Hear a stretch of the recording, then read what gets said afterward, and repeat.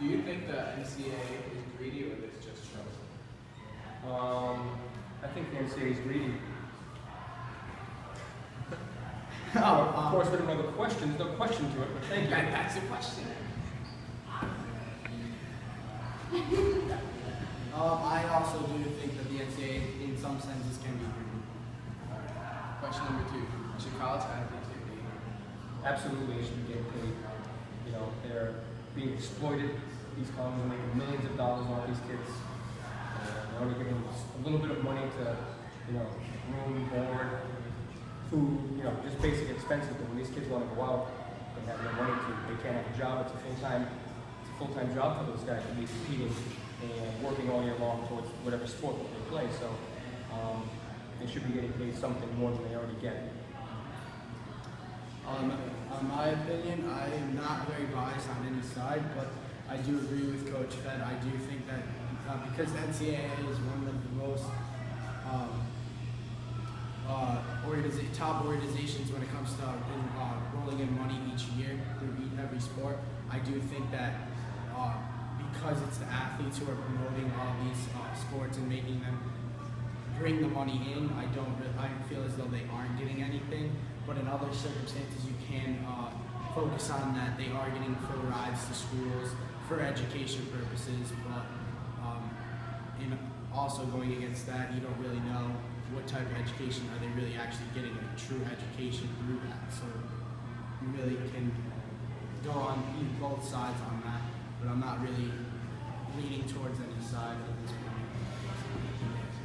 Question number 3. How would you go about devising a plan to pay college athletes? Well, that's hard, devising a plan, because you have these big schools like, you know, Alabama, LSU, Texas, where they have tons of money to pay these guys, as opposed to URI, where they have very little money. They're not taking money from the football program. They lose money every year. So that's the hard part. How do you figure out what the payment's going to be and what schools are going to make payments to these guys? And that's the hardest part to figure out for these guys. That's going to be a long process for them to figure out how to work it. I agree in that circumstance. I feel as though like you have these major schools that all get all the publicity through the NCAA, but then like you have URI, how are they going to pay their athletes, or is it just going to be the NCAA? But then you look upon what sports are they going to pay? Is it going to be just basketball? Is it going to be just football, or basketball and football? And could this be a controversy and cause a bigger topic that other sports, even though that they're trying to do the same thing to work to the professional level, even though they're not as public as the rest, are they going to get a say in that? Or if they get paid, they say they don't get paid, is that going to cause more controversy on the topic?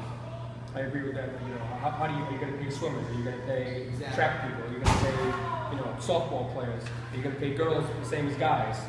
Which in reality, you're supposed to pay them as much as the boys get. So you have to figure out all this. It's going to be a big mess to try and figure all this whole thing out. So I agree, and especially if you get like one of the top recruiters for, let's say, lacrosse in the nation, and he gets signed to like Syracuse or something for lacrosse. And lacrosse is one of the top schools, but he can still go to the professional lacrosse level. I mean, he's obviously going to want to make some money through this, especially if he's one of the top players in the country. So it really just like the NCAA is going to have to look into it, and they're going to have to really see how they would take this step forward into how they would be able to pay the athletes. no problem. All right.